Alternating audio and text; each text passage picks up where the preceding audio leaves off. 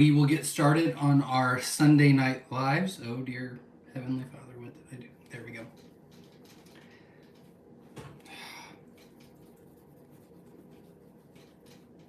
Just got inside, finishing one more thing off my to-do list for QuailCon, so that's pretty exciting.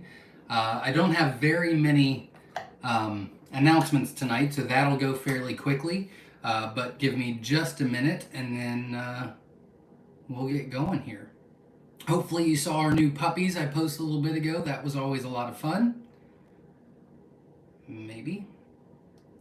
All right, so welcome everybody to our...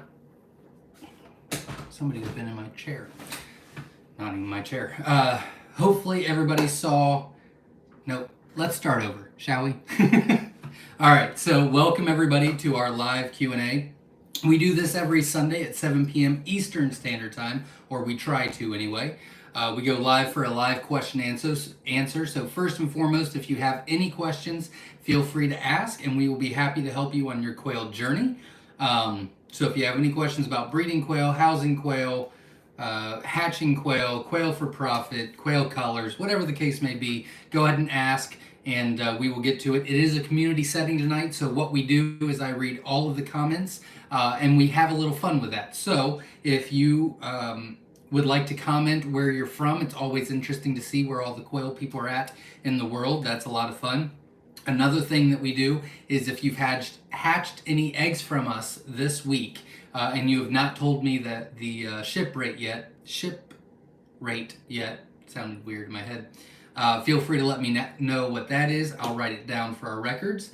And you'll have to excuse me, the past 2 days, Jen and I have gotten about 4 hours of sleep because we've been on hatch rate. What did I say? Hat rate?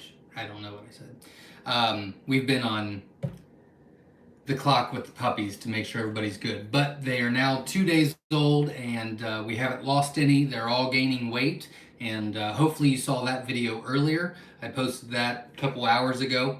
And Maggie, our Great Dane, she will be 3 years old August 23rd, and she just had 14 puppies, 14 Great Danes. Technically, I have 16 Great Danes in my house right now. So a lot of stuff going on. Plus, we are working our butts off for QuailCon. QuailCon is September 3rd and 4th. There are just a few tickets left on the website, so check that out at myshirefarm.com, and hopefully you can come. I did work a lot of the paperwork, the back end on that today. So I confirmed the bouncy house, and I confirmed the tables and chairs, and I confirmed this, that, and the other. And I spoke with all the speakers, and I spoke with the raffles, and I bought some raffles, and you know, I talked to the experts that are coming and the volunteers, and so all of that squared away. So the next week I'm leaving my phone inside, and it is all about getting ready for QuailCon. So I'm very excited about that because that's like less than 3 weeks away, everybody. So hopefully you can come. If you are coming, let me know how excited you are in the comments. And I think that is it for the announcement. So not a lot going on tonight as far as the announcements go. So again, if you have any questions, feel free to ask.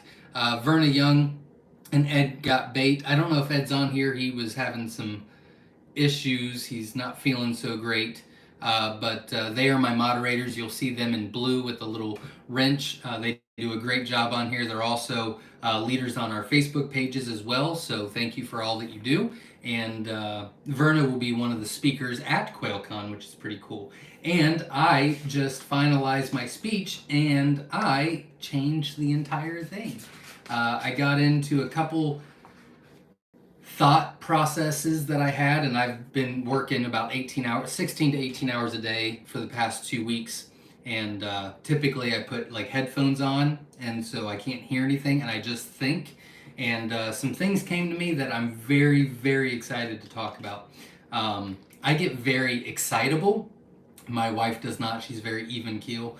And so right before we were on, we were having dinner, and I told her 2 of the things that I came up with. And I was like, isn't that awesome? She's like, yeah, it's good. I said, I'm not telling you anymore. She's like, why? And I was like, I need the excitement. She's like, I'm just not very excitable. And I said, well, gosh darn it. So, but I am very excited. I think it's going to help a lot. Hopefully, it will help educate, encourage, and enthuse others uh, to whatever their dreams are. So, that is all that I've got. We'll get into the comments now. Verna obviously is in the house. Thank you very much for being here. Joy's in the house from Western Oregon. Welcome. Glad you're here. David Lister's in the house. Hi to everyone from McAllister Quail Trail in Oklahoma. 1 week until lockdown on our Autumn Amber Clutch. That is awesome. Good luck to you, and obviously keep me posted. Foster Farms is in the house. Welcome. Glad you're here. Feathered Connections Homestead is in the house. Kelly is in the house. Welcome. Glad you're here. Graham Fam OK is in the house. Hail from Norman, Oklahoma. I think it's Norman, Oklahoma. I was thinking it was autocorrect, but I think that's it. Norman, Oklahoma. Sup Quail Heads. Welcome. Glad you're here. Jesse Mills is in the house. Welcome. Glad you're here. Nikki James is in the house. Hi, everybody from Missouri. Hope all had a great weekend. Absolutely. It was productive and long and exhausting, but that's farm life, right? Nikki James and Brad, her husband, will be here, and they will be experts. They'll be helping out at QuailCon, so thank you very much for everything that you're going to do and everything you've done so far. I appreciate it. Hatch rate. Yeah, I think I said that wrong. It didn't sound right when I don't know. A lot of lack of sleep and a lot of coffee and Mountain Dew these past 2 weeks. A lot. Jennifer's in the house. What temp should new quail chicks be getting into my brooder box? Distance from heat lamp to floor? It's a good question. Number one, I'll give you some of those answers, but I would highly recommend you checking out a video I did just a few videos ago. It's probably been about a month and a half ago. And it's best practices for the brooder process. It is in a playlist called Best Practices. And that will give you a lot of information, even more than probably what you think you have questions for now. I think that's a big thing is we don't know what we don't know, and we don't know what to ask because we don't know it, right? So with that being said, I would highly recommend you checking that out. But there's two ways to do it. The easiest way to do it is to put the heat lamp in there, typically, I don't know, 4 to 8 inches off the ground. And then if they're right in the middle, right next to the heat lamp and all cuddled up, they're too cold. If they're all cuddled up together away from the heat source, they're too hot. And if they're moving around everywhere, they're just right. It's like the Three Little Bears. So that's the best and easiest way to do it. Otherwise, you have to check the temp constantly. And the technical way to do it is it needs to start at 99 degrees in the brooder, and every day it drops a half a degree. But that's kind of annoying and long. And if you just watch them, they'll tell you what you need to do. But that video will help a lot because I go in depth about all of that. Foster Farms in the house. Does MPIP certification allow you house more than one species of animal in the building? Can I keep sheep and quail in the same building and still get MPIP certified? I do believe so, but we've never housed anything but quail by themselves. But yeah, I know people that have quail and chickens in the same building and they're MPIP, so yeah, I would assume. Heartway Farms is in the house. Welcome, glad you're here. Woman of Spirits does blessings all around, beautiful quail people and sweet little puppies. Welcome, glad you're here. Yeah, Verna says no sleep because of puppy duty. You, Jen, and Maggie are doing a great job. Thank you. Yeah, so tonight I'm actually going to watch them until midnight. Then I'm going to have Jenna take over. And then I'm going to come back in at 3. And then from 3 to 6, I will do paperwork and texts and emails and orders and all that stuff. And then I will wake Jenna back up because then I have to get outside the rest of the day. So it's a lot, but they're cute. They're cute, and that was one of Jenna's dreams, is to breed some Great Danes, and so that's what we're doing. Foster Farm says, "Holy smokes, that's a lot of puppies." 14 was a lot. We all took, a guess, and my guess was 8. Maggie's mom had 11, and then when we went, Jenna went last week to the vet, and they X-rayed her or whatever, and she was too big for the machine. So she could only do one side, and then she had to bring Maggie out and move her in backwards to get the other side.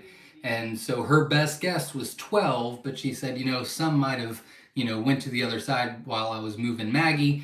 So I would expect 10 to 12. So, 10 came, and then 11 came, and then 12 came, and I said, okay, we're done. And then 13 came, and then I said, okay, we're done. And then 14 came, and I said, oh, for the love of God, I hope we are done. And we are. So that's a plus. It's a lot of puppies. Scott's in the house from Central Minnesota. Welcome, glad you're here. Furnace has only 28 tickets left for QuailCon. Absolutely, very excited about it. Our permaculture's in the house. Hello from Dan and Mandy from Texas. 175 to grow out today and 200 to lockdown. 3rd and 4th generation from Myshire. You are blowing it up. Congratulations. And you're doing great. Keep up the good work. Myshire Farm is in the house. Welcome. Glad you're here. I still don't see your name on the ticket list. So, I'm just saying. Foster Farm's in the house. Very excited to be coming to QuailCon. Absolutely. I can't wait to meet everybody. I can wait because I've got this list, and I've got, oh dear God, another list, this list, and I've got, I'll say that's a half a page. That is a full page. This is a full page. So I've got 2.5 pages of things left to do, and that's not even the quail barn. Whew. But it's going to be awesome. Absolutely awesome. Heartway Farm says, such a blessing to have great moderators. Absolutely, I agree. Chris P's in the house. I put an order for Jumbo Wilds July 2nd. When can I expect them to get shipped? 14 to 16 weeks from July 2nd. Andrea Perry's in the house. Welcome. Glad you're here. Heartway Farms is in Illinois. Welcome. Plano, Illinois. I didn't know there was a Plano, Illinois. I thought there was only a Plano, Texas. Something you learn every day. Maria Carson's in the house. Hello from Twin Oaks Farm, North Canton, Ohio. Welcome. Glad you're here. Chris B says, I need to know because my nephew is going to order quail from another farm. I don't want them both coming in at the same time. I would assume if you order Jumbo Wilds, then you can easily order something else from somewhere else or even from us and get it in plenty of time. A lot of people are doing that now. They're ordering like Jumbo Whites now and then putting in a second order for Jumbo Wilds, and then they're hatching out the whites while they wait. Dr. Connie's in the house from Florida. I like the new Quail t-shirts. Thanks. I hatched out 23 new babies. They're so fun. Awesome. I know you got your t-shirts in the mail, so I'm glad you enjoy them, and congrats on the new babies. Foster Farms is in the house. Hubby Dan doesn't get excited either. He would walk to the door if the house caught fire. I don't get it. I get it. I understand. Like, I see it, but I don't get it. But I think we balance each other out very well. And so it is a blessing, because if both of us were like me, well, that would be bad. Let's see. Donald Groom's in the house from Central Coast, California. Welcome. Glad you're here. Your eggs just went out Saturday. Let's see. Dave's in the house. Hi, all in the house. Dave here from UK Black Country. Welcome. Glad you're here.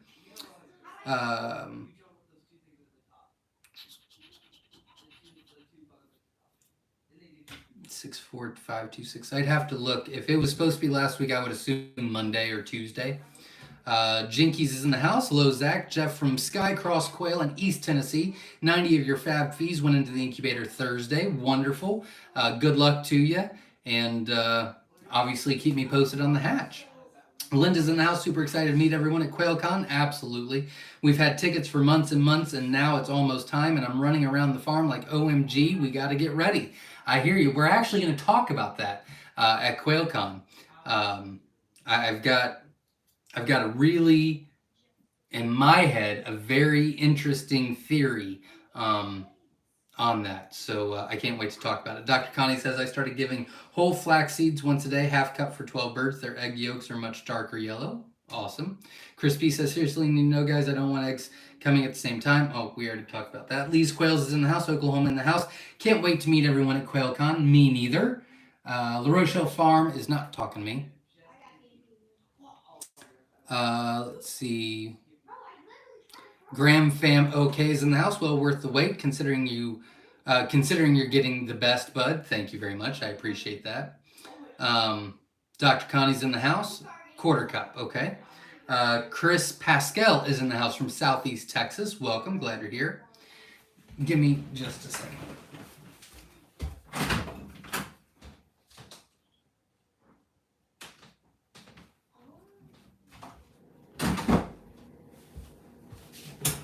Oh, sorry. Okay, we're back. Southeast Texas is where Patricia is in the house. Questions: do jumbo female quail have any light brown on their chest?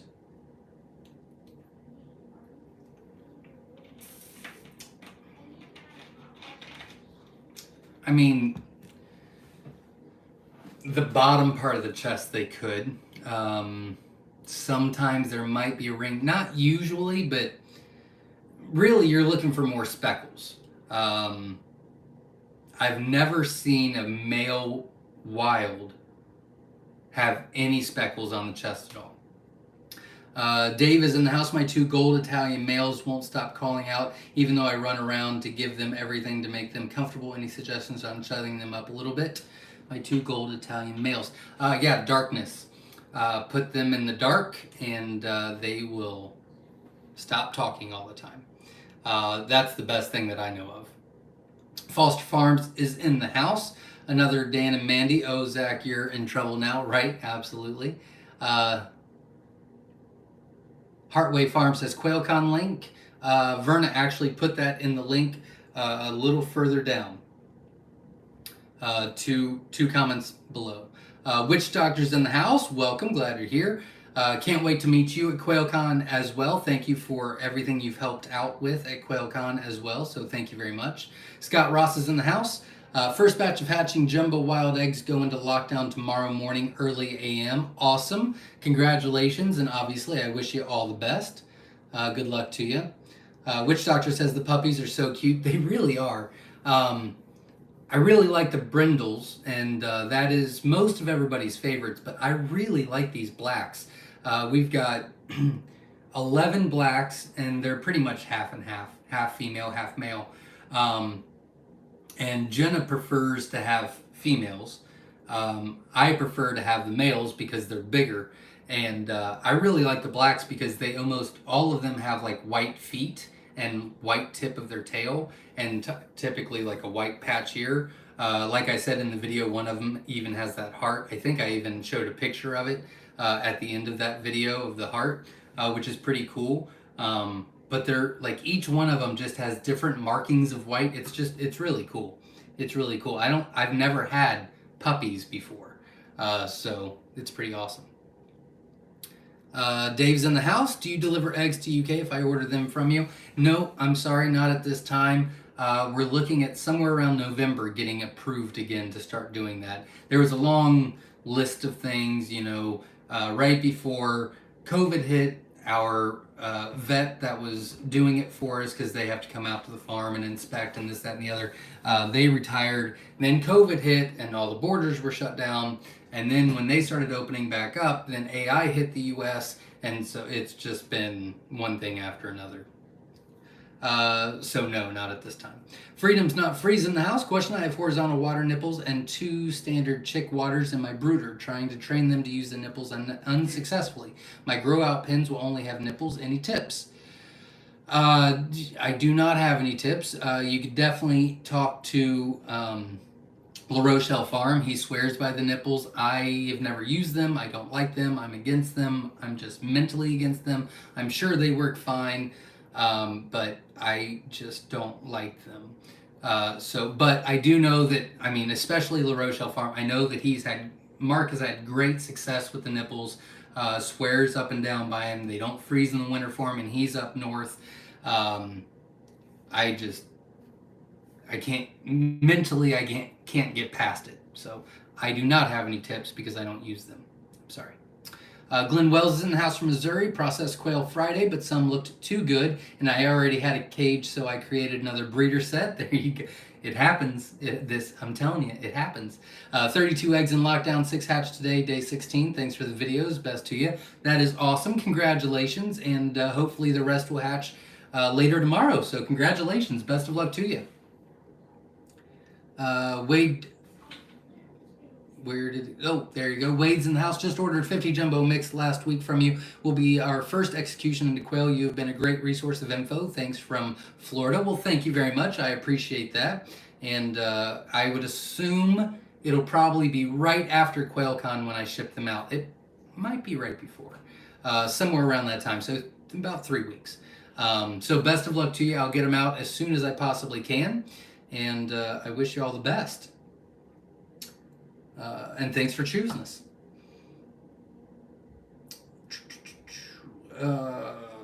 Patricia's in the house. Welcome. Glad you're here.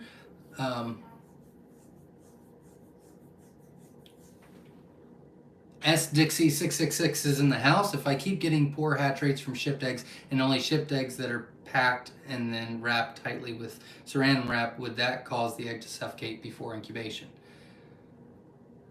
Packed and then wrapped tightly with saran wrap. Oof. It wouldn't. Here's the problem with that. They're still going to jumble around, and so you're going to detach. You're almost guaranteed to detach the air sac, which means they're not going to develop, or they're going to partially develop and just not be strong enough. So that's a big, I mean, we use foamers. We've always used foamers. I can't stand the saran wrap shipping method. I just don't think that it's beneficial to anybody. If you are saran wrapping, you're taking a lot of time to do it. And if you're receiving the saran wrap, I mean,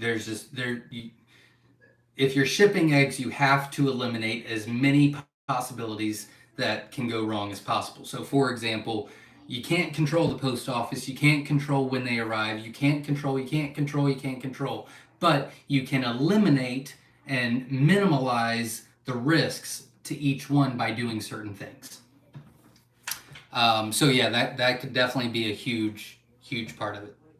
Angela Hahn is in the house. We've heard you talk a couple times about 14 to 16 week delay on jumbo wilds. Is that for hatching eggs? Yes, it is. So what jumbos have no delay? Jumbo whites are about 2 weeks out. Jumbo mix are about 3 to 4 weeks out. Everything else is just a hair past that. The only two that are ridiculously way out is jumbo wilds and jumbo white wings. The jumbo whites are, like I said, the closest, which is about 1.5 weeks to 2 weeks. But yeah, I just wish people would order something else. I really would love to get caught up. Zach, after some time now, I have heard your jumbo wilds right next to another popular breeder's wilds, and while I believe the size, they have a slight edge, but yours produce 3 eggs to every 2 of theirs. Yeah, and that is due to the size as well. So we cap ours. Let me start over. I was reading your next comment. We cap ours out at a specific weight because once you get past that weight, you start decreasing in productivity. If you haven't gotten to the next part yet, you'll notice that if they are larger, then their lifespan is going to be significant. I mean, you will be very surprised. They're significantly going to be lower or a shorter time frame. Plus, you're getting a lot less production as well. So we cap ours out at that size, as they're still a good size and they're still extremely productive and they're long lasting. So that is on purpose. In fact, I did want to kind of talk about that. I got a text today that asked what the largest jumbo we had, and I said the jumbo wilds average around 13 to 14 ounces. The jumbo whites are about 12.8 to 13.3 ounces. They're not feather sexable, but they lay larger eggs, and they're a little bit better productive, blah, blah, blah. All right. So they said, oh, well, I'm looking for like an 18, 19 ounce. And I said, well, you can. I mean, we've done that before. You can get them that large. And I said, well, you can, but we choose not to. And so then they texted me back and said, why don't you want to do that? And so I did explain. And so I thought that people might have that question here as well.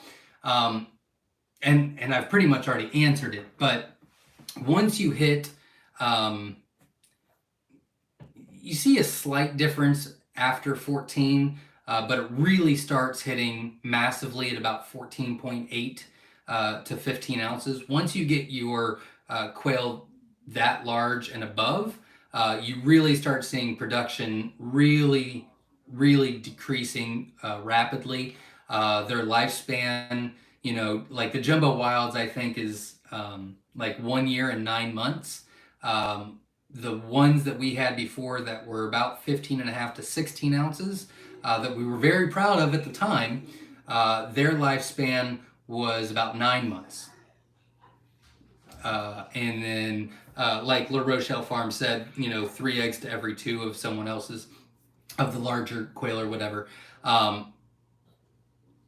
That decreases dramatically as well. So once you hit about 6 to 7 months old, it'll be like 3 to 1 instead of 3 to 2. And then, there's a method to our madness, and we didn't know that before. When we got into it, it was size, size, size, size. And we worked and worked and worked and worked, and then we got it, and then we went, oh, well, the grass is not bigger than the other side.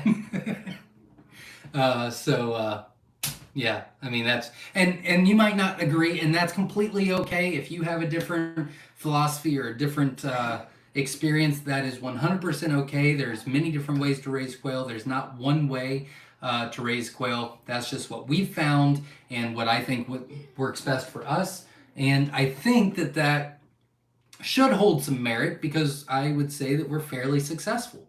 And we've been doing it for a long period of time. So that's just our thought process. I'm not saying anything about anyone else. I'm not saying this, that, or the other. I'm just saying this is why we do it. And I think if I can explain why we do things, then you can at least consider that and say, is that the way I want to go, or do I want to go the opposite? And more power to you, whatever you decide. La Rochelle Farm says, nice work. Well, thank you. La Rochelle Farm says, horizontal nipples all the way. There's more than one way to raise quail. G. Rubin says, 14, that's not a litter, that's a herd. Agreed. 14 puppies in her litter. It was ridiculous. It's been a long weekend, but time-wise, it really worked out. She didn't start having puppies until Friday around 9 a.m. And I was coming back from the post office, and Jenna called and said, we have our first puppy. And I said, oh my God. And so I went back down to the barn. Shouldn't have done that. Should have went to go check on the puppy. Went back down to the barn and worked for about an hour, called and asked how everything was going. And I could just hear it, that there was stress in her voice. And so I stopped what I was doing and I went to the house, and I was stuck in there for quite some time.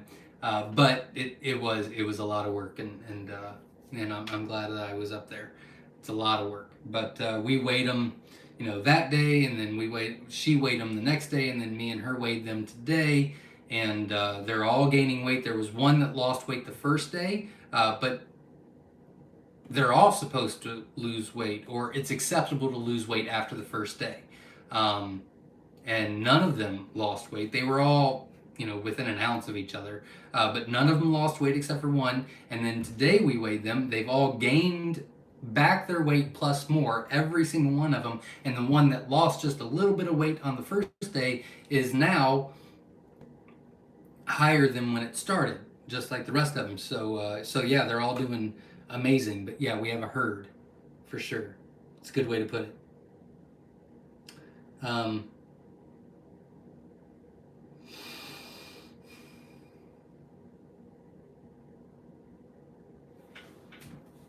I might have missed something here. Hold on just a second.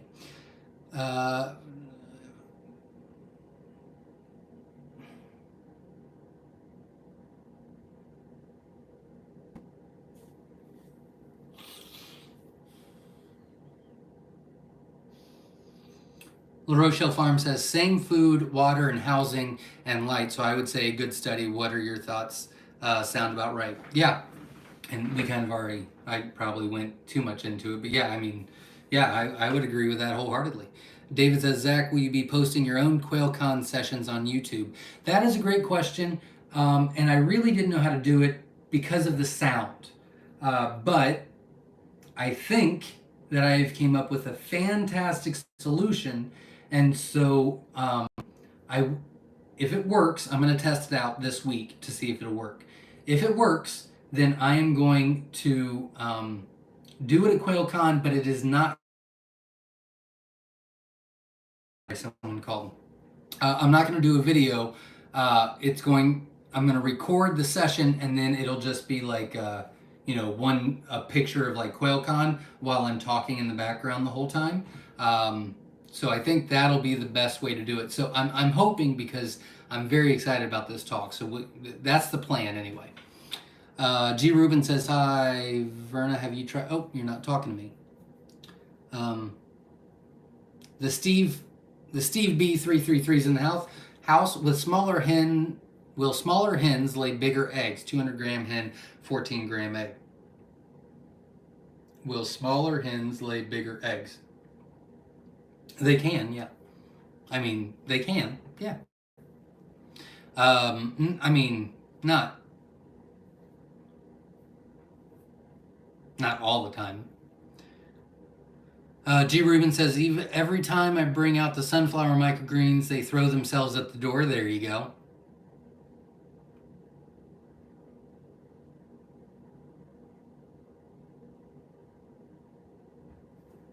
Jennifer says, hey, Zach, I ordered jumbo whites for my sister in Maine and her correct address, LOL. Do you know when they should go out? I would assume this week.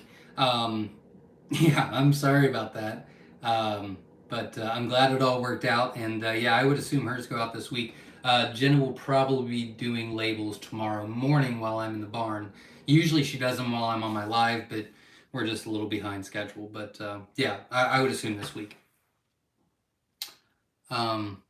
Can you explain why it was 8 to 10 weeks when I ordered and now it's 12 to 14? Because people keep ordering.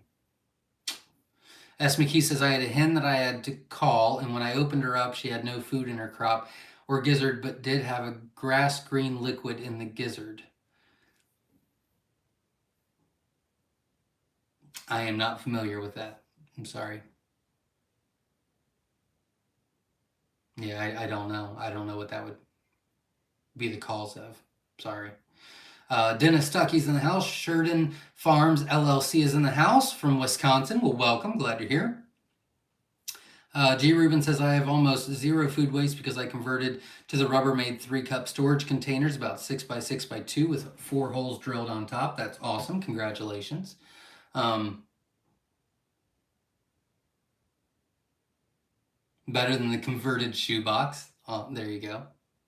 If I order Jumbo Wilds now, they won't ship until November. I live in Minnesota. Won't they freeze? Yeah, they won't ship till November. And no, they shouldn't freeze. We still guarantee the 50% hatch rate no matter what. And the way we package, the way we insulate, the way we ship, the relationship we have with the post office, we ship all year and we really don't have a major issue throughout at any point in time, you know. In fact, I saw a post on Facebook today that said it was their first hatch ever of anything, and they're already at a 90% hatch rate on our shipped eggs, and no experience at all, so they're doing absolutely awesome, and it's the dead of summer.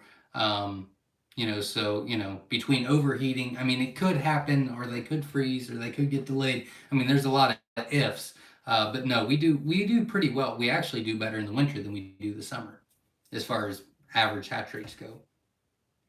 S. McKee says, thumbs up, people. Thank you very much. I'm sorry I didn't know the answer to your question.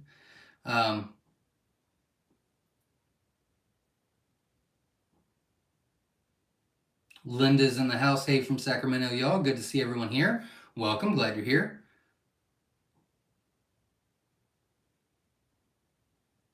Katrina's in the house from Gilroy, California, listening while driving today. Welcome.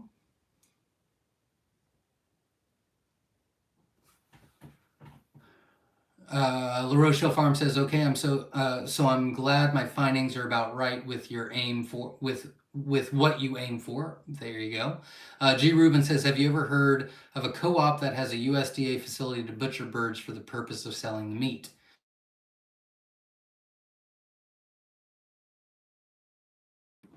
Sorry. Have you heard of a co-op that has a USDA facility? I have not. No, I'm not saying there's not. I'm sure there is, but I don't know of one.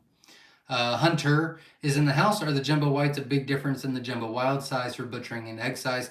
The egg size, the whites are going to be a little bit larger than the wilds. We do that on purpose for a couple different things too. But the whites are larger on egg size. They are better producers. They are not feather sexable like the jumbo wilds are.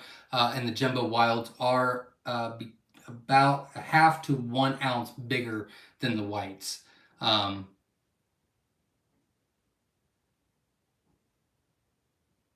And Chris, yeah, all you have to do is text me with your order number. I'll be happy to get it taken care of for you.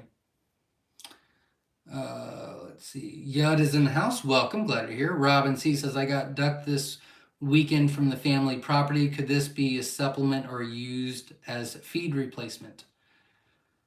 Hi from Michigan. Well, welcome. Glad you're here.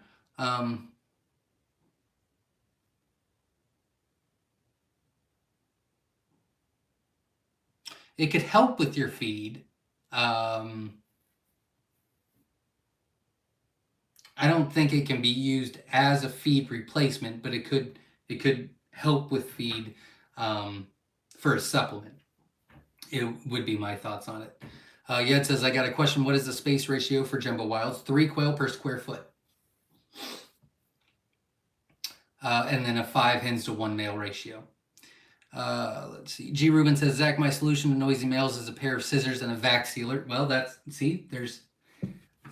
is also true. There's more than one way.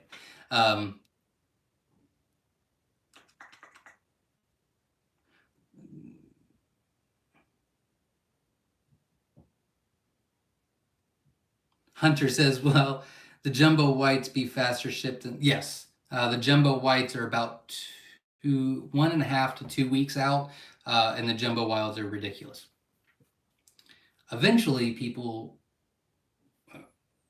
they'll stop, right? Eventually I'll get caught up. Eventually. Maybe. Foster Farm says, I butchered and processed 30 chickens this weekend. I cannot wait to get into quail. Absolutely. I mean, it's night and day. It's going to be awesome. Schaefer Family Farms in the house. Hello, everyone from Michigan. Welcome. Glad you're here.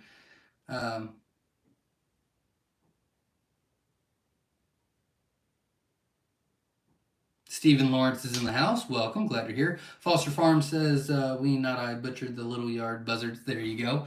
Yeah, and if anybody has any questions about their ETA on their order, you're more than welcome to text me your order number and I'll get you a ETA. I'm usually within 2 to 5 days. I mean, it's kind of hard. I mean, I can project pretty well with all the quail that I have, but it's not an exact science. Everything's, one thing messes up one thing. So, yeah, I'm more than happy to respond to anybody about that. TK Rebs 1 is in the house from Michigan. Welcome. Glad you're here. Hunter says, thanks, you're awesome. Love your videos. I'm just starting out with these quail. Well, thank you very much. I appreciate that. And good luck on your journey. I wish you all the best. Steven says, Zach, I'm 4 days till lockdown. Awesome. Congratulations. Obviously, keep me posted. And you should have your numbers by next week. So that's really cool. What happens when you cross jumbo whites with jumbo wilds? You'll get wilds, you'll get whites, and eventually you'll start getting tuxedos, which will be a wild with a white chest. That looks like all the questions so far, so I will wait just a few minutes to see if there's any more questions, and if not, then we'll get off here. If there is, I'll be happy to answer those as well. And we will, while I'm waiting for just a minute, we will talk about Quail Con for just a second. So I'm really excited about it. We're doing a lot of things differently this year. A lot of things that I learned from last year, and things that I wanted to do differently. So we're actually going to have 2 separate sections for the camping. The back of the field is going to be for RVs and campers. The front of the field is going to be for tents and small vehicles, as all of that is under trees. And then the back of the field, and then we also cut down 4 trees this past week and chopped them up into firewood. And then tomorrow we're making 4 different fire pits for everybody. And then in Miamisburg, about 5 minutes away from us, less than 5 miles away from us, is downtown Miamisburg. It's a cute little town, and they're actually having like a little parade on Saturday night, and they're going to be doing fireworks. You can't really see them from our place, but we could easily give you directions to go see them. But anybody that's not camping that still wants to go hang out after the event is over on Saturday, there's going to be 4 separate fire pit areas where you guys can all go hang out and have fun. So that'll be a lot of fun. I just confirmed a lot of stuff, and so that'll be a lot of fun. The puppies won't be out, which probably means Maggie won't be out, but we do have Hankers now, and Hank is Hank the Tank, our cow dog, and he's a Great Dane, but he's a European Great Dane. So they are much bulkier than the traditional Great Danes, so we'll see how that goes as well. But that's going on. I've almost got my speech caught up, talked to all the experts coming, confirmed all the raffles, talked to Wynola Ranch and Dale's Quails, and I bought some raffles for you guys that I think you're really going to like. The Bee Guy Supply is donating an entire hive as a raffle, and so I'm really excited about all of it. I think it's going to be a lot of fun.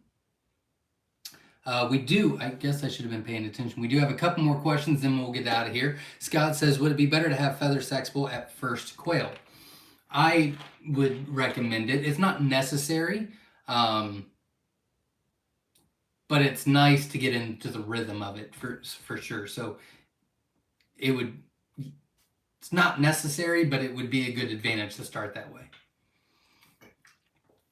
Foster Farm says, is a tuxedo also a jumbo? No. Most tuxedos will not become jumbos.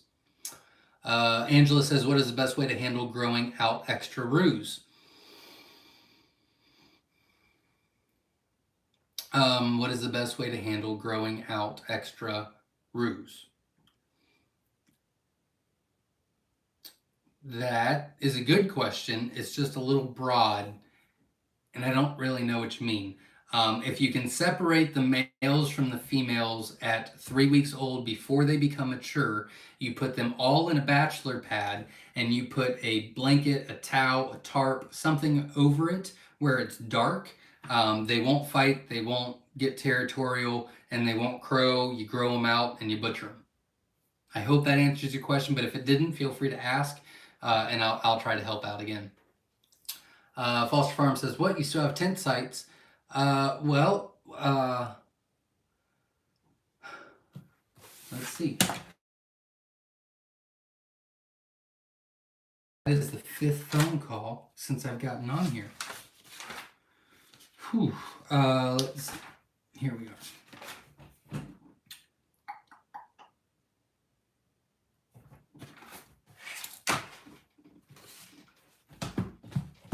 I am looking. Hold on just a moment, please.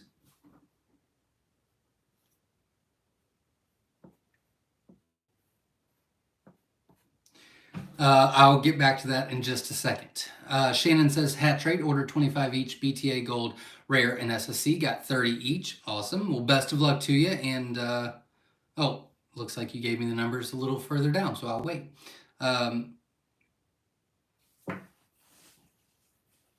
Let's see. What is your opinion on fermenting feed? I don't think it's a bad idea. It doesn't work for me. I've got too many quail. I think it takes too much time to do. I don't think it's a bad idea, especially if you just have a small covey.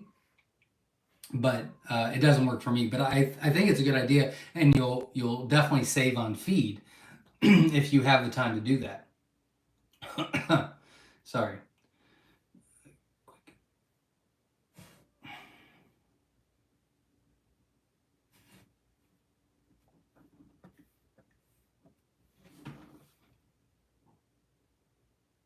All right, I just added 10 more camping sites on. That'll pretty much, I mean, that's a little over max, but we'll make it work. So yeah, there's a few more left on there I just added on. My whites were my first to crow, first to lay, and most consistent layers. They are wonderful white. We've worked very, very hard on increasing the size, as well as keeping them very productive. That was our main focus, was we wanted them to get to a good size and be comparable to the wilds, which they are now. And then now, I mean, we've really been hammering in, you know, you've got to stay productive, you got to stay productive, you got to stay productive. And so we're really honing in on that. And it's working out really well. Salvador Santiago's in the house. Welcome, glad you're here. The Rochelle Farm says, Zach, can you get me that 10,000 a week yet? Maybe I'll ask again next week. Not this week. We can try for next. Let's see. Foster Farm says we got an Airbnb. There you go. That'll be fun. That'll be fun.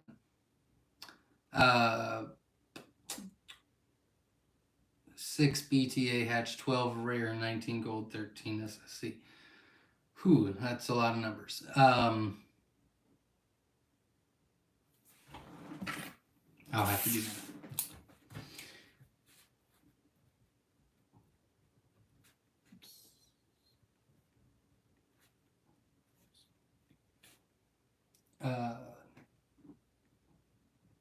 Yeah.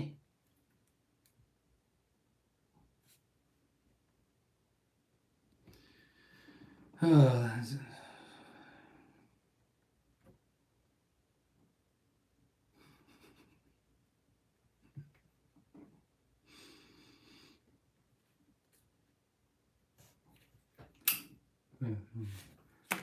all right, I wrote it all down. I got it. That's not 8. The BTA had 8 broken eggs.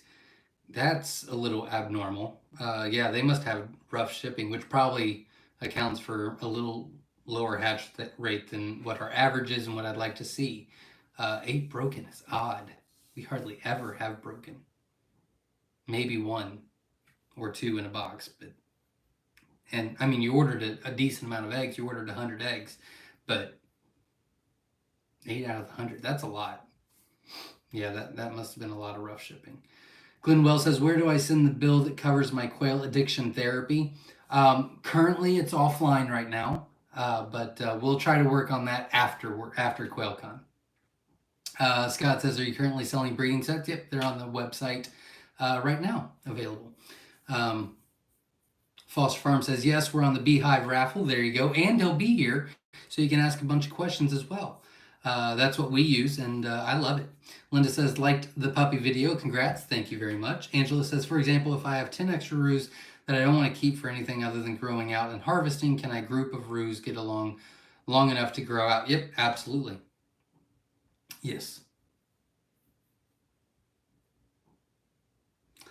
Schaefer Family Farm says, jumbo brown to jumbo white makes tuxedo, but not jumbo tuxedo.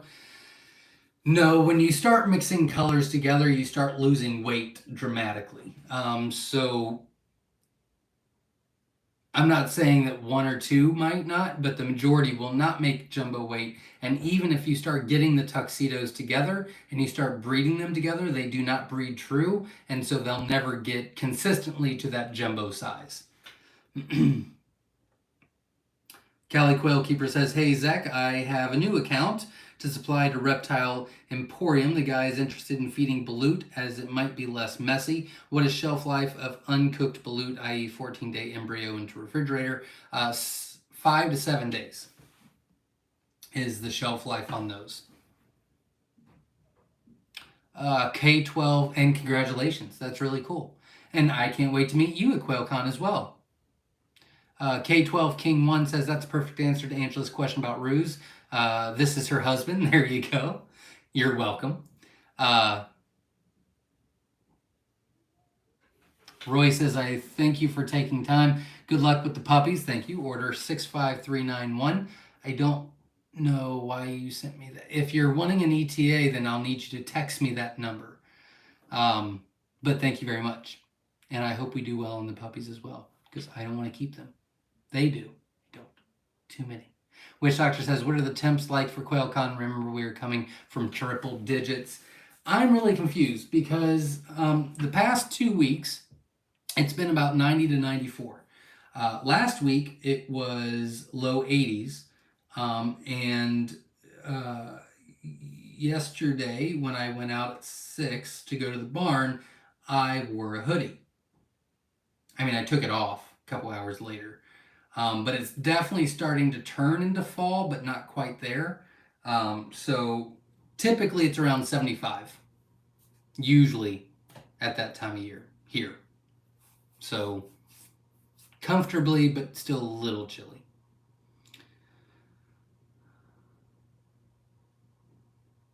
Let's see. Yud says, I'm starting quail keeping soon. How many cages you would recommend to start with? I would you can easily do one and just start.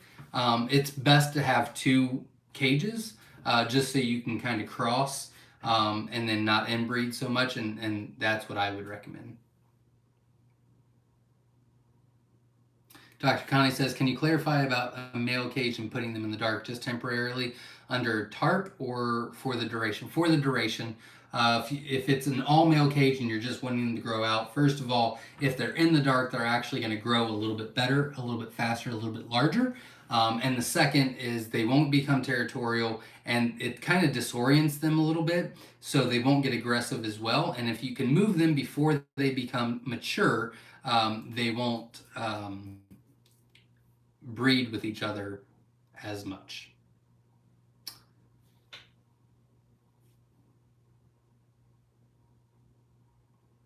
Wish I could come over from Australia and camp with you all and meet the like-minded folks from Australia. Absolutely, that would be awesome. It's a little far. I get it.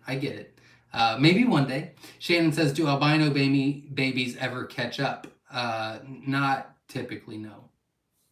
We call ours immediately. We've tried to grow them out years and years and years ago. We thought they were super cool. They're not cool. They're usually runs they don't produce, even if they live.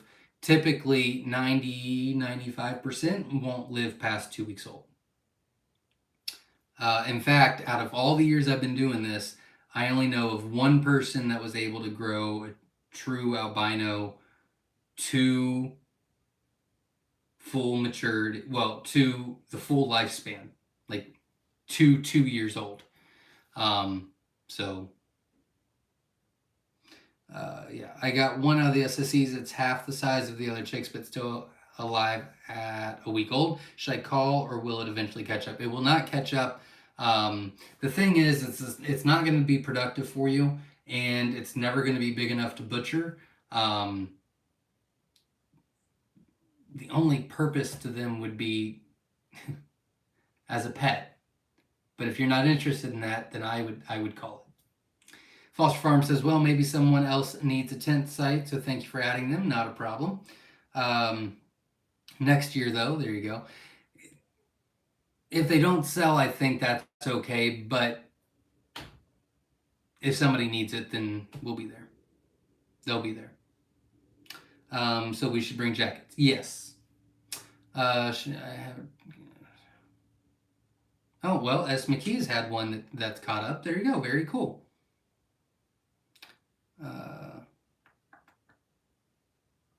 LOL, quail addiction therapy. I don't like that idea. No therapy. Let's just own the addiction. And yes, while I'm on live, I will not answer the phone. That is correct. I also don't answer the phone anymore at all, as it says on my voicemail to either text or email me. So there's that.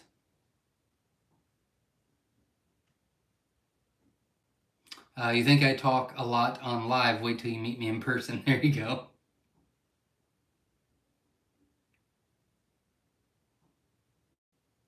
'60s is great sleeping weather. It might get that at night. It hasn't yet. It's just so hard to say. The weather is very odd. Um, Foster Farm says, so Zach, since we are building a barn, should we include a dark room for grow out a shipment of males? So Zach, since we are building a barn, should we include a dark room for growing out a shipment of males? Um,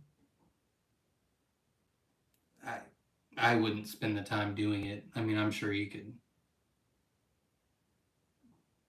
I wouldn't spend the time doing that.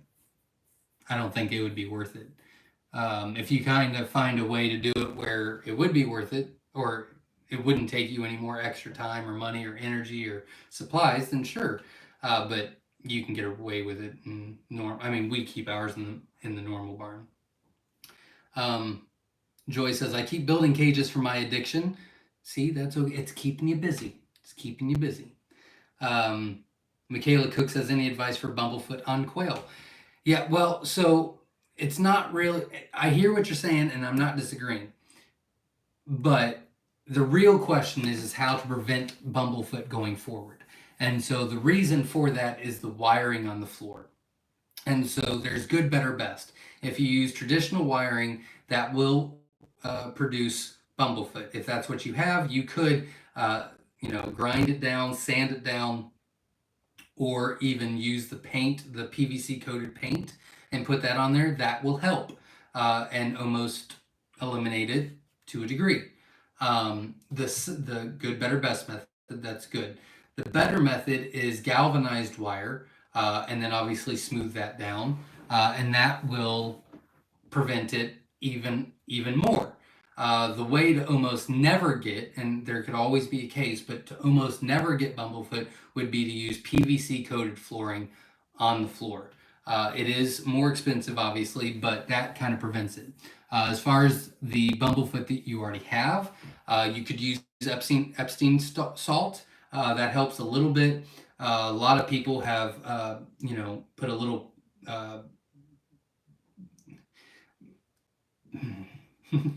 I don't know how to explain it. So, Bumblefoot is an infection in the foot. They get that because they cut themselves on their foot from the hard wire or something of that nature, and then they poop on the wire and they, do this and that and this and that.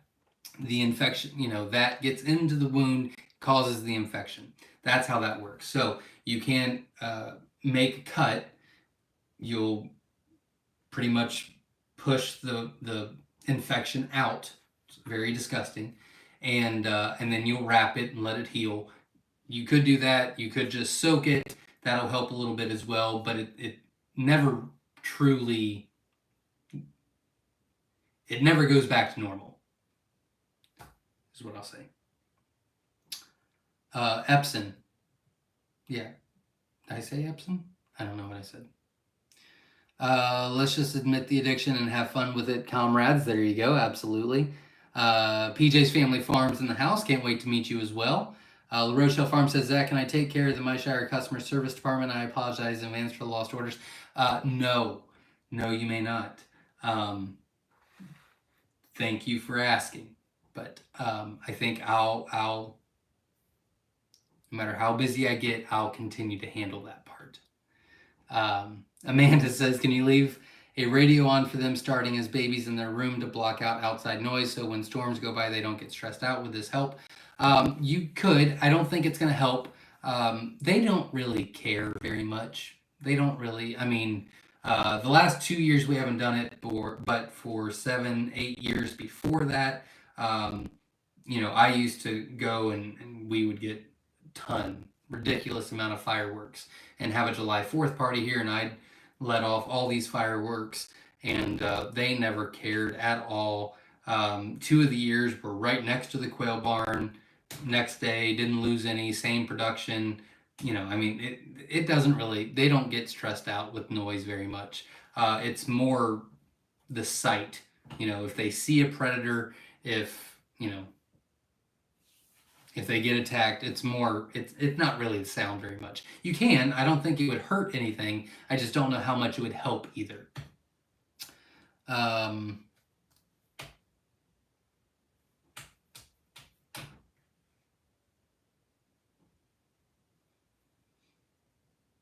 La Rochelle Farm says, would you still eat a bird with bumblefoot? We have, yeah.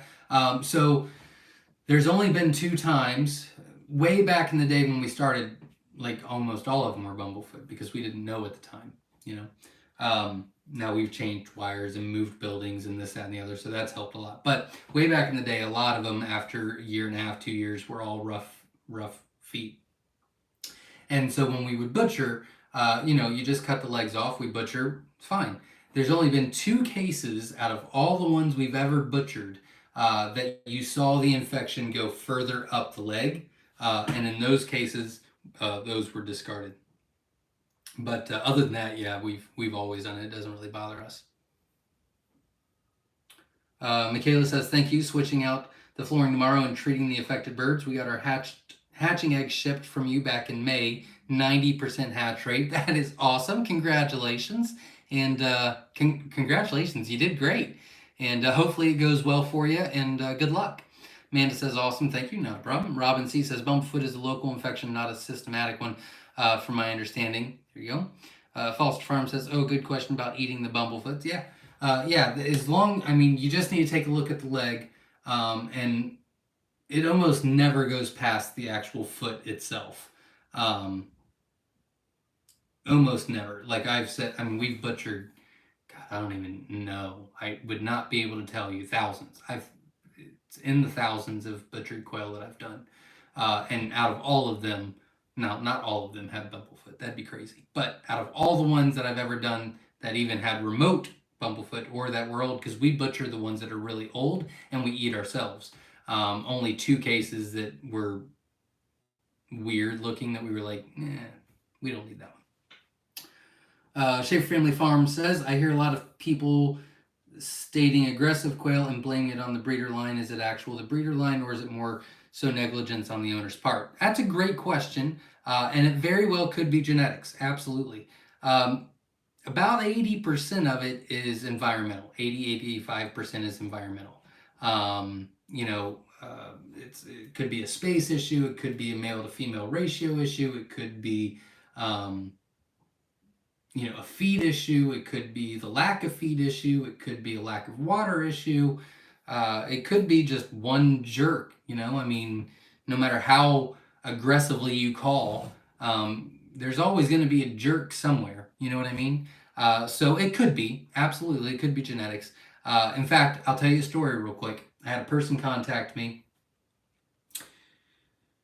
I don't know, a couple months ago. I don't know exactly when. It was this year. Feels like forever ago, but it was probably last week. I don't remember. Anyways, a little while ago, this year, someone contacted me and swore up and down that I had the worst genetics ever, and that every single one of their quail was aggressive and mean, and they're just going to call them all. I said, well, that's pretty odd. I'm so sorry. Let's look into it and let's try to fix it. Obviously knowing that, I've got 6,000 plus quail, don't have an aggressive issue. Let's try to figure that out. I didn't say it exactly like that because people don't like to hear that, whatever. And she didn't want to work with me, and she wanted a full refund. And I said, how old are they? 9 months. I said, I'm not refunding you anything. I don't know. That's not how that works. You don't buy a shirt, wear it for 9 months, and then take it back to the store and get a full refund. Doesn't even make sense. I don't even understand. And so I said, I'd be happy to work with you. Well, I've raised quail for years. I said, okay, I have too. Maybe we can work together. Or you don't have to work with me. You can just complain. Well, I'm going to blast you on Facebook. I said, that's fine too. That's what you want to do. I said, but if you do that, I'm not willing to help you. Okay. So I don't hear from them.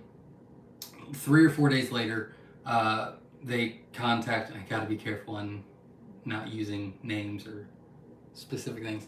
A couple days later, they contact me again and said, all right, well, it has to be genetics, and I just want you to know. And I said, okay, well, I'm sorry you feel that way. I don't think it is, but I don't have all the information. Well, what information do you need so that I can prove it to you? I said, great, let's talk.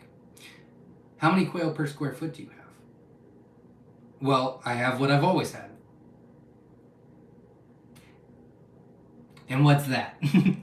I have them 1 quail per square foot. And I said, that will cause territorial issues. It never has before. I said, how long have you been raising Coturnix? Well, this is the first time raising Coturnix. I said, I thought you were well experienced. Well, I've always raised Bob Whites. I said, well, Bob Whites are not Coturnix. Well, they're pretty much the same. I said, no, they're not. They're not really anything alike. Pretty much. I mean, Bob Whites are seasonal. They're also native to the U.S. You know, they're flighty. I mean, they're not really very similar. Bob Whites mate with one male, whereas quail, it's like 5 hens to every one male. I mean, there's, you know, I could go on and on, but they're not the same. I said, well, Bob Whites, from my understanding, and I'm not an expert, is 1 quail per square foot, I do believe. And it's 1 male to 1 female, I do believe. I don't know. You'd have to look that up. I said, but quail are not that way. If you do 1 or 2 quail per square foot, they will become territorial because they have too much room and they will start being aggressive. I said, that's why we recommend 3 quail per square foot. Well, that's not going to do anything. I said, well, we'll agree to disagree. I'm getting somewhere, I promise. So then I said, well, let me ask you another question. How many hens to males do you have? I don't know. I threw them all in there. What do you mean you threw them all? Well, everything that hatched out. I said, well, how many did you order? How many hatched out? Ordered 110. Okay. How many hatched out? 85. Okay. And they said, we probably got 80 in the cage. Or in the aviary. And I said, well, that will cause aggression as well. No, it won't. Okay, well, I can't. Good luck to you. So they blasted me on Facebook and said that I was awful. And then someone in the comments said, well, what's your square foot ratio and what's your this and what's your that? And they got destroyed by customers, or not by customers, by commenters on Facebook because they're just wrong. So that was a very long story to tell you that it could be genetics and we need to look into it, and there can always be a jerk hiding somewhere, and you're not going to kill them all. You know, you're not going to stop the breeding of all of them, but most of the time it's a space issue, it's a male to female ratio, or I've seen a lot of people not feed them all the time. So their feed runs out, and I'm telling you, if their feed runs out for more than about 3 to 4 hours, they get mean, they get hangry. And when they get hangry, they start hurting each other. And as soon as they see blood, it's like sharks. So keep all that in mind.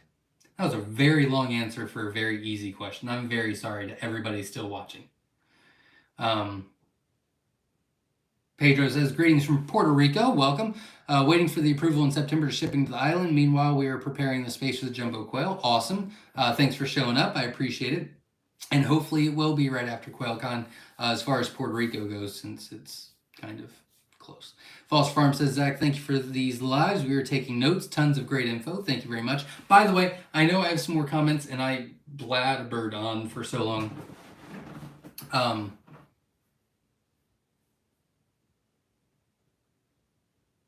Oh, that's what I was wanting to say. I started reading something else.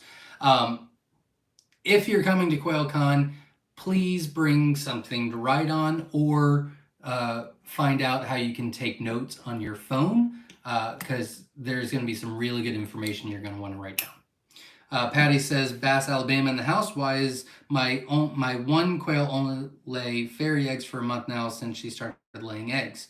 That's a little long. That's a little 5, 6, 7, 8, 9. Yeah, they should start doing a little bit better by now.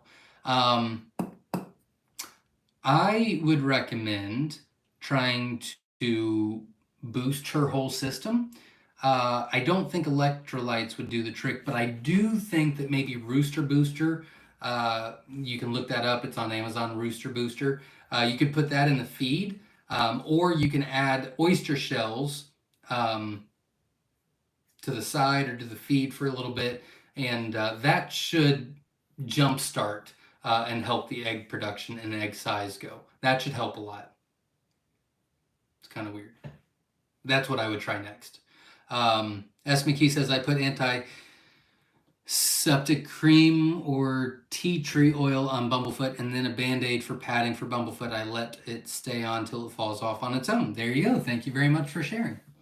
Amanda says, what shipping weight on Autumn and Gold's eggs right now? Thank you. Week and a half? Yeah, week and a half to 2 weeks. Robin C says, I find with any aggressive issue, I isolate them for 24 hours, then put them back in the cage with the others no longer aggressive. Yeah, it's usually, like I said, when one of them starts getting aggressive, it's usually an environmental issue for just something that made them mad, whether they get hangry or they're just in that mood or whatever. If you isolate, put them in timeout, usually that honestly usually fixes the issue. So that's a great point.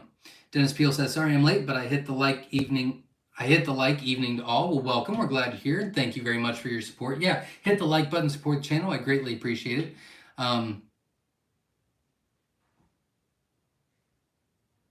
Callie Quill Keeper says, LOL, you've been so serious lately, but wear a shirt for months in return. Great analogy, laughing. Thank you.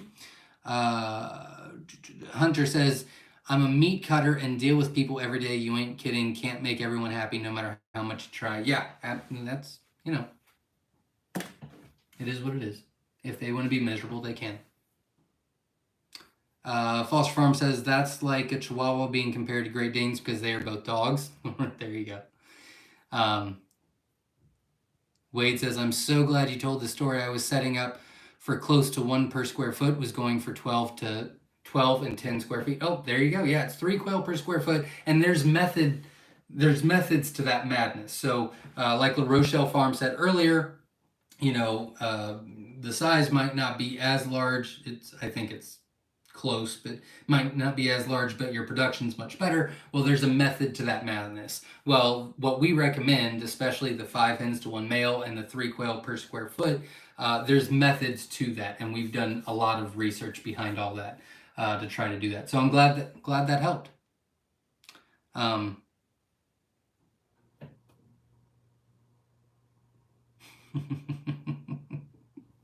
Rochelle Farm, I might hire you to do customer complaints. I might.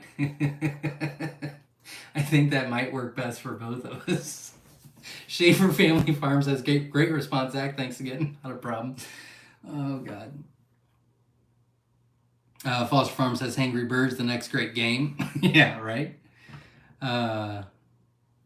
Cage was a rabbit hutch in past life. That'll work great.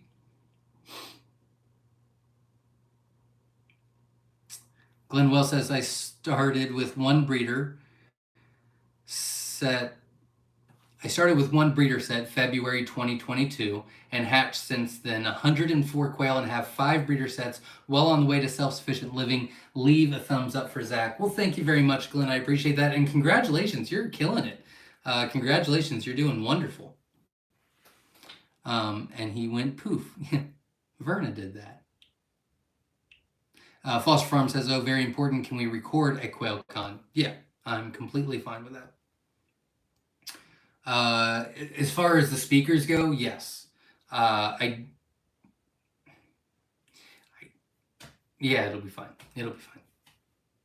I mean, there's technically, well, I don't want to get into it. It's fine. Record away.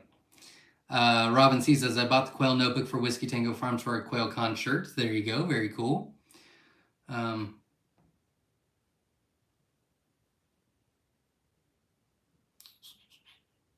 Our permaculture says our quail pay for their own feed and also buy us stuff, and aviary aggression is gone. Very cool. Congratulations. Wade says, nope, not talking to me. I put aggressive birds in timeout, but they get really cold. Yeah, we do too. Yeah, we put our aggressive quail in timeout as well. But they don't come out of it. Woman of Spirit says, I do timeout for aggression. I'm in the corner so much of the time. Dennis says, question, why would eggs not form air sac?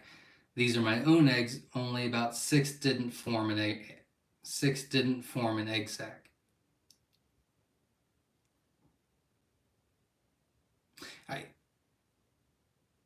customer complaint specialist.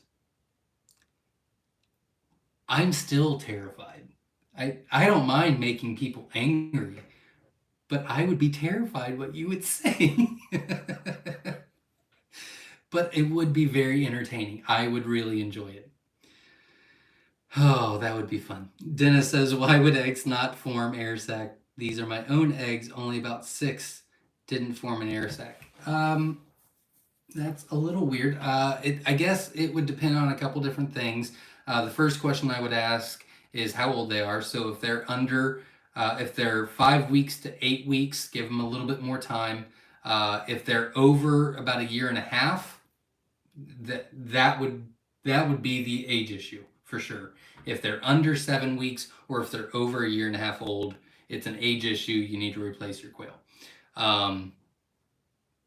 My second thought to think about would be predator attack. When they get extremely stressed out, they start popping out oblong eggs and soft shell eggs, and they stop producing for a few days, and they act real weird. So that would be the second thing I would look at, and that's all I can think of off the top of my head.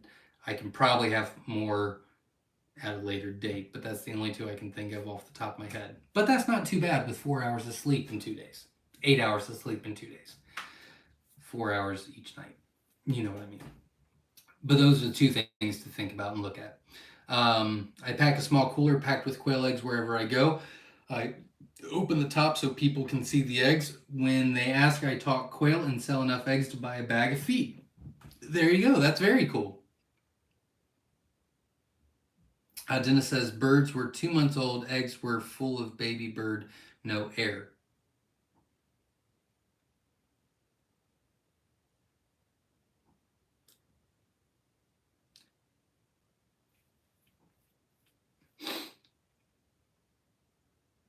You were incubating and they were fully developed. If you're saying that you were incubating and they were fully developed and they didn't hatch, then that would be a humidity issue. Too low of humidity at lockdown, if that's what you mean. Scott says, building first cage and will order breeder sets soon. You are a wealth of information. Thanks, Zach. Well, thanks for showing up. I appreciate it. Myshire Farm says, after 20 years in business, customer service is an art, and sometimes the artwork just gets thrown out, but most people are great. Yeah, agreed. I like that. Patricia says, I have 4 hens and 1 roux. All are nearly 2 years old. I put 12 eggs in the incubator, 5 not viable at day 15, 6 of the 7 hatched, healthy and happy at 5 days old. That's very awesome. Congratulations. Very cool. And that, ladies and gentlemen, is all the comments for tonight. It's about a little over an hour, not too bad. I thought we covered a lot of stuff. Hopefully you learned some things, and hopefully you're getting more and more excited about QuailCon. I cannot wait. Honestly, I just can't. I don't know what else to say. I have put everything into it. I know it's not going to go perfect, and I'm not looking for perfect. I'm looking for everybody to have a good old time, learn some things, have some fun, head home, and be encouraged to do that. So I can't wait till that happens. We will be on tomorrow night at 8 p.m. Eastern Standard Time for our rapid fire Q&A. I'll probably limit that the closer we get to QuailCon. Obviously, I'll do lives. I think I am going to do just a QuailCon live, maybe on that Tuesday or Wednesday before QuailCon, and I'll text all of the ticket holders and let them know that they can join, and if they have any questions, they can ask. But it might be limited. I've got, like I said, 2.5 pages of to-do things, and that's not even including the barn to get done. And some are long, some are short, some are medium as far as time length goes. So there's a lot to do, and there's a lot of people on the farm, but I am a control freak, so I have to do it or oversee it all. I don't know why. I wish I didn't have to be that way, but I can't help it.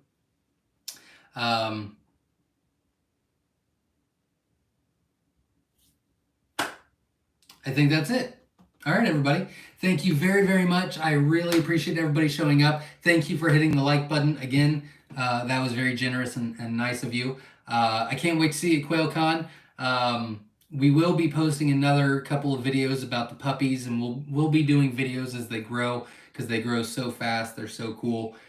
So watch for that. And I will see everybody at QuailCon. We'll see you tomorrow night at 8 p.m. Eastern Standard Time for the Rapid Fire Q&A. And until next time, everybody, as always, stay safe. By the way, after QuailCon, that end tagline, that changes. So you'll learn that at QuailCon as well. We'll see you then. See you.